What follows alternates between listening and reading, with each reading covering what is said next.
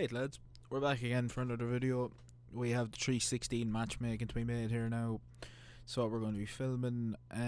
You might have noticed that this account changed name recently and changed image and whatever. Everything's been changed on it. I got hacked. That's basically what happened there. So if you're wondering, someone hacked my account. Dunk is a CS2 player, not me, obviously. But look, we'll get past that and we'll go into this card. This card is probably shaping up to be one of the worst numbered cards in the year and possibly a bit of all time. The card was very bad till the 2-minute event saved it with the submissions. But look, I'm not in the mood to talk about all this. Let's just get down to the first fight. So the first winner we have is Markel Moredos. Moredos has had 2 wins now in the UFC. He's taken out Mark Chowinski and Austin Hubbard. Now, personally, for me, I think that he fights either Chris Duncan or Jai Herbert in either a UK card or in London or in Europe. One of those two. I think it would make sense to probably put him against someone like Jai Herbert, just because you can just let him kind of strike. He doesn't have great grappling. That's why Kurt Holloway gave him such a kind of...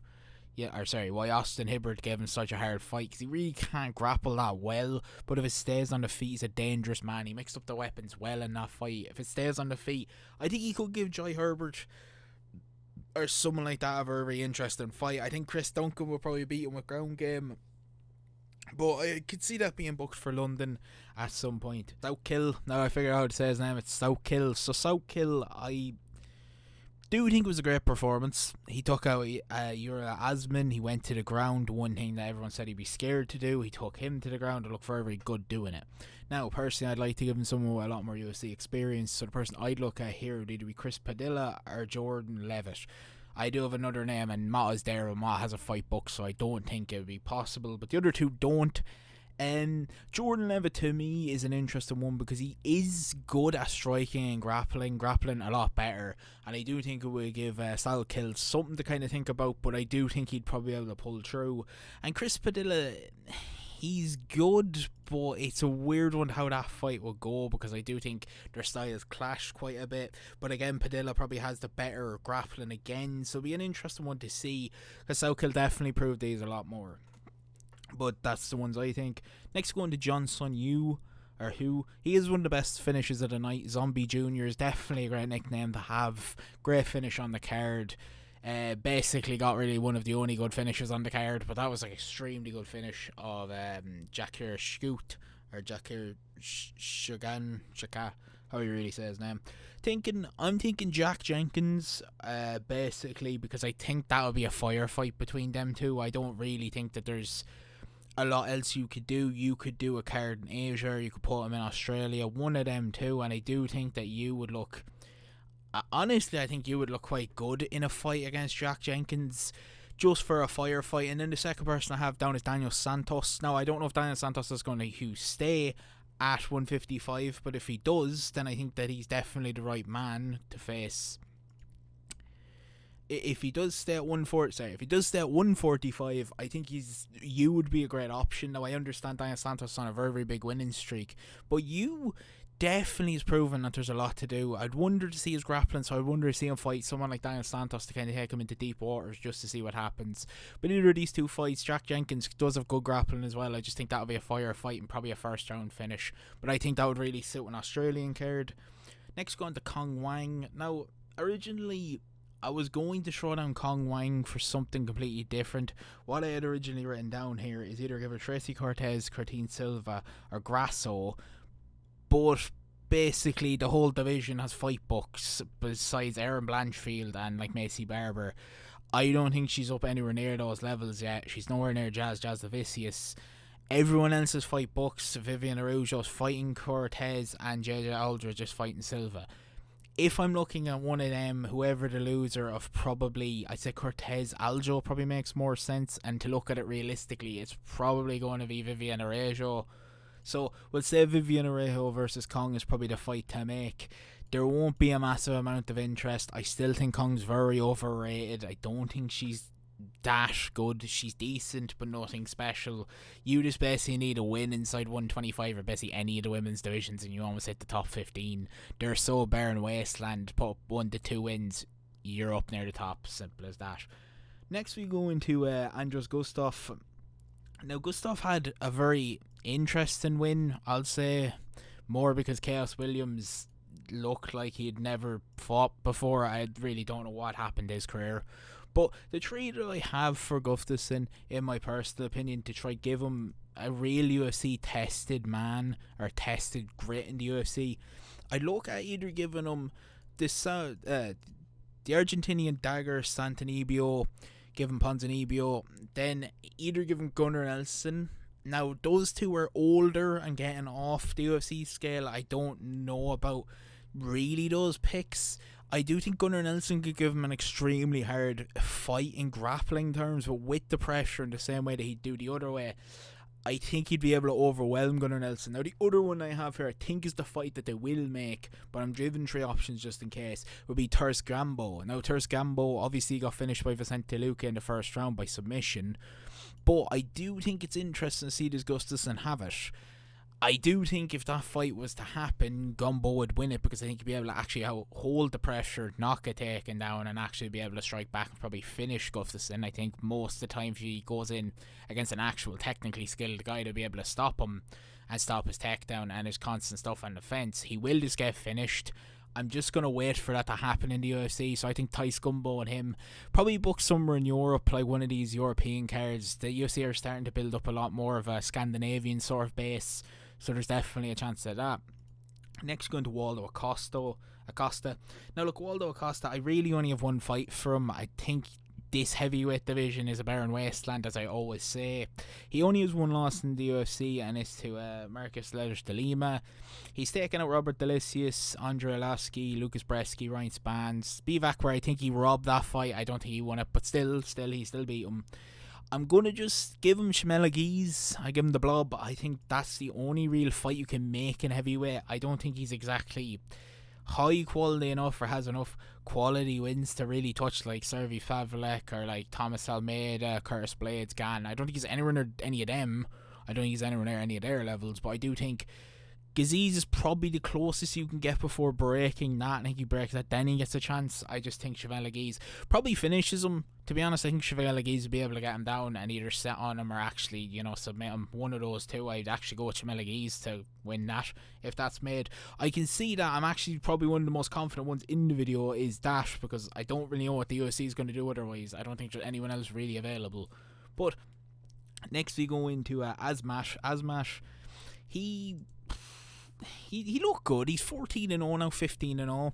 It was a good win over Branson Ribeiro. Hit him kind of on the temple, more forehead, dropped him. Strong hands, kind of like from watching him, I thought he was going to be a grappler a lot more, but there's some great finishes by him in his career.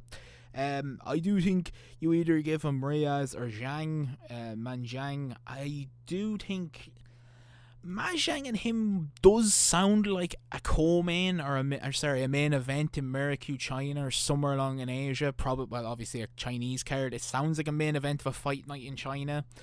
The Dominic Reyes one does sound like either a co-main or a main card spot. It would be an interesting one because it's two high-level like if it goes either fight, you're getting violence because it's two lads with heavy hands going against each other. I mean, Zhang has obviously never gone out of the first round in the UFC yet and has finished everyone. He's looked really, really good. He's taken out Ollie Diaz and Anthony Smith. Okay, not great. And then obviously Reyes is back after finishing Nikita Krylov earlier this year. I do think that there's some interesting matchup to make between the two of them to see who has the bigger punching power. And again, I do know that Asmat has the grappling between the two of them. I'm going to say Zhang and him seem more likely to get this fight and seem, I would say, either a headliner of China or maybe a European card. Baku would have been great, but obviously this card was put at 316, so I don't think they're going to be able to rush that quickly. Next, we're going to Josh Van. Now, Josh Van, I just think that he takes the loser of either Quape, Brandon Royval or Taisira Tyra Albazi. In the most likelihood of who he's going to get out of the losers and who's the most likely, in my opinion, to lose is probably going to be Albazi. So I'm going to say Albazi out of the two of them. But if Brandon Royval loses, I do think there's a big spot there for Josh Van. I think he'll take one of them. I'm just not really confident on which one. Next, going to Kevin Holland. Now, Kevin Holland's an interesting one because I may have forgot how good the man is. I know I locked Vicente Luque. I forgot how good Kevin Holland is at 170 and for his long limbs. He moves up. He goes into probably the top 14. I assume he probably took 13 off Luque. I do have two. I think he called it himself. I think he called it with Kobe Chaos. I don't really think there's going to be too much difference in that. I think Kobe Chaos is going to be the one made. But I'll give out three options just in case, or two other options to that. I think Brian Battle is always there. Brian Battle would be a really interesting fight to see their two styles clash. Two loudmouth talking strikers. I think that would be a great press conference. I really think that would be a fun fight. And then you could also give him a knockout artist in Carlos Prates. With his takedown defense, Kevin Holland doesn't go to the ground too much. His submission threat's always there. I think these are three interesting fights. I do think he is going to get Kobe. I think he is going to get Chaos. But the other two, with Carlos Prates and Brian Battle, do definitely present some fun stuff. 170's getting a lot more interest, so a big Kev back, loudmouth. I do think it's a very, very good person to have back at 170. But next, we'll move into Mario Batista. Now, Mario Batista, he's getting booed, and I'm going to say rightly so. I know the fans don't really like him. His style isn't that interesting. That was a great performance by him. He really mixed up the tools. His striking looked a lot better. Now, again, he was fighting Cement Mixer, and he was fighting a lad who might as well have just been one of those, like a punching bag or a mannequin in the gym. It's not, really that hard, but I will give Mario Batista credit. Great performance. Now, personally, I think he fights Sean O'Malley.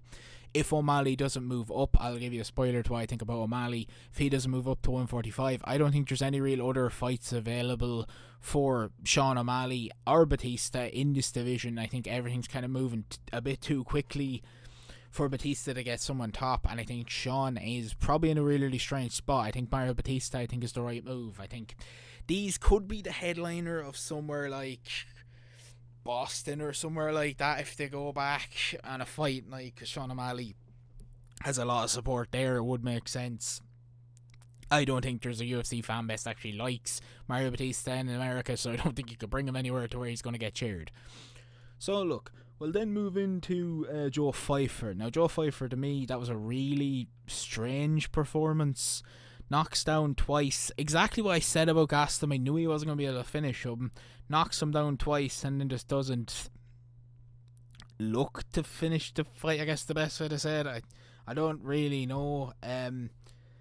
I was just going to say you give him whoever wins Jack Hermanson and Robocop. I know Jack Hermanson has already beaten him. I think he'll do it again. I think Robocop will beat him. But just give him the winner of that. He does have first round power and looks for big shots.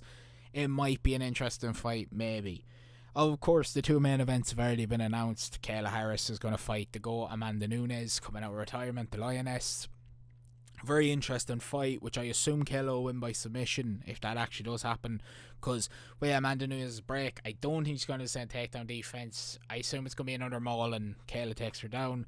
And obviously the main event's already been announced. Merab and Corey, considering both these almost came into the octagon. So nothing for me to really say. Merab wins that fight again. I do think Corey might give him the biggest challenges of a lot of people, but still no difference. So next we'll go into the losers. We'll start with Mark Chwinski. Chwinski, I originally thought in my head would be released, but I'm going to give him a chance, and I do think the UFC will as well. I think they'll give him two lads who are probably almost out the doors, if not out the doors. So I'm going to say Jordan the Epidemic Vanuzovic, or Vicelic, or Asir Jubli. Asir Jubli looks more likely just because both them now have losses. Asir Jubli's been finished now twice. He was up on Mike Braden two rounds up, and then Mike Braden just started to bark at him and then finished him. Look, Asir Jubli's a very strange fighter. I really can't understand how India can't make MMA fighters. Maybe they're a bit too soft over there. I don't know what it is, but they just can't do it. It's really weird. So I'd say Chwinski, Jubli, some undercard, Apex maybe. It's not a nothing fight, to be fair. Next we'll move into Asmun. Now Asmun, I also am going to use Jordan Vucenic here. I'm going to use Vucenic here as well, because I actually think that makes a lot more sense. These two are Cody Steele. Just imagine Cody Steele's full body is there on the screen. It isn't, but just imagine. Again, I think Asmir Anyan has not had a bad performance. Salkill just looks extremely good. So it's nothing really against him. Good performance, didn't get finished, fought back, stayed in the fight, looked pretty decent to be fair. If you were going to say who'd actually win these, I think he'd lose to both. Next we'll go into Jack Sharia. Personally, I've put a job application on him because I do think he is going to be released from the UFC. I don't think we'll see him back in the UFC again. The man is a good kickboxer, good boxer, just didn't really get all the facets of MMA, nothing really else to say. Next, going to Spivak. To me, I think there is only one fight really available. I had two options written down originally here. That would have been, just for note, I do write these down. Would have been Boudet or Peterson. I think Thomas Peterson's probably more likely than Martin Boudet. This seems like something that could be like an Apex main event or something along those lines to me. Co-main of the Apex, just has co-main of the Apex written all over it. The fight did happen, it says Spivak beats Thomas Peterson, but it's just one of these things where the heavyweight division is also a barren waste and there's not many real fighters coming up. There's nothing to really say about anything. I thought Spivak won that fight as well, so co-main of the Apex more than likely, something like that. Not much fan interest to move ahead. Next we're going to Benson Ribeiro. Now Benson Ribeiro got finished, unluckily got knocked out. Now personally I think he actually fights Navajo Sterling. I think you give Navajo finally a hard fight, a real test in someone like Benson Ribeiro who has UFC quality and experience. I do think it's the right move to do.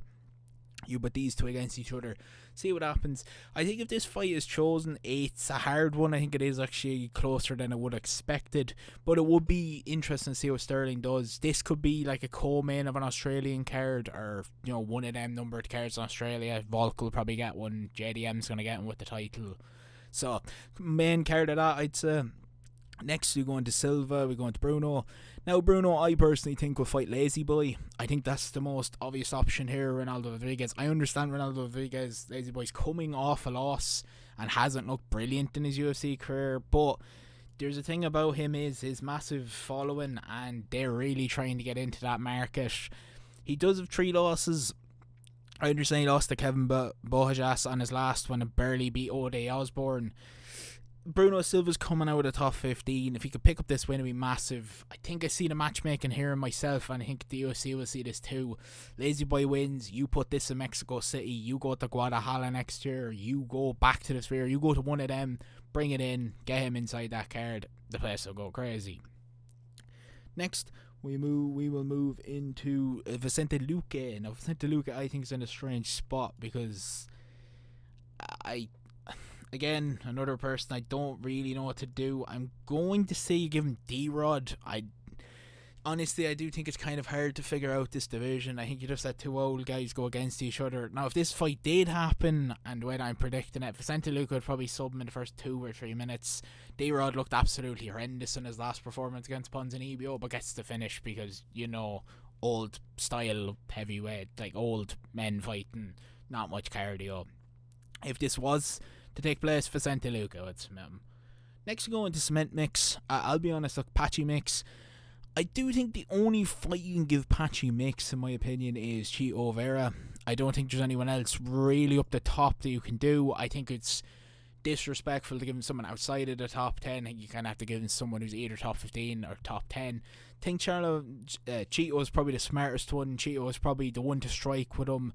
It's strange that Patchy Mix didn't use his wrestling with 16 sort of, submissions on his record, but also at the same time, the man didn't move his head or his legs or move a lot throughout that whole fight. Very strange performance. If this fight happens, I don't know who wins it, but I have a feeling that could be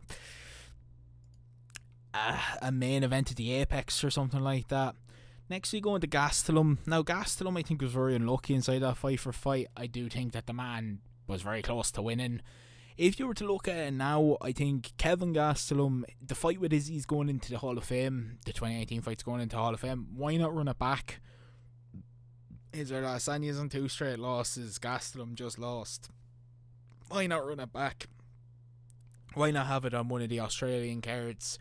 Sure, that could be either the co-main of a big Australian card next year when they go there. People would want to see the rematch. I'd be interested in the rematch. And the other option I've thrown down is Bo Nickel.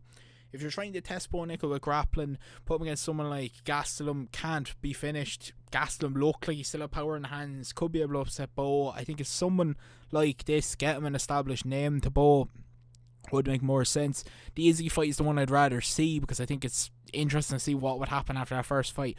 But there's two options for Gastelum. Next we go into Lipski is what I'm going to call her, but I do know her name has changed to De Silva, but let's just call her Lipski just so I don't get confused. I think Lipski just fights Juliana Miller. I think she's falling out of the top 15. She's probably pretty close. Maybe a win back would get her up there. That division is a barren wasteland, like I've said. So, Lipski, Miller. I think Miller would win that as well if they did fight. I think it's the only way to sort out that sort of division. Miller has 2 wins in it now. She's pretty close to top 15. And we move into Juliana Pena. Look, I think that she fights Jacqueline Corfatelli. Is that how you say her name? Let's just say Jacqueline. I think she fights Jacqueline. She is outside of the top 15 by a few. The only other person I maybe have is Norma Dumont, but I do think Jacqueline, she's 9-1. She's on a 4-fight winning streak in the UFC. She's taken down quite a few. I think Pena just probably makes the most sense between the two of them. Just to see, is Jacqueline someone to push the title? Not that there'd be much interest in this fight if it did happen. I'd say Pena would win it if it did happen. And next then we go into, obviously, the last loser of the card. I know it's weird to say that, but Sugar Sean, like I said, Mario Batista to me is the only person he's going to fight. I don't see anyone else. The 2 main events have already made, Kayla Harris and Marab. There's nothing else for me to really say. And obviously I had the 2 losers. But anyways, if you did enjoy the video, please hit the like button or hit the subscribe button. I'll see you in the next one. Peace.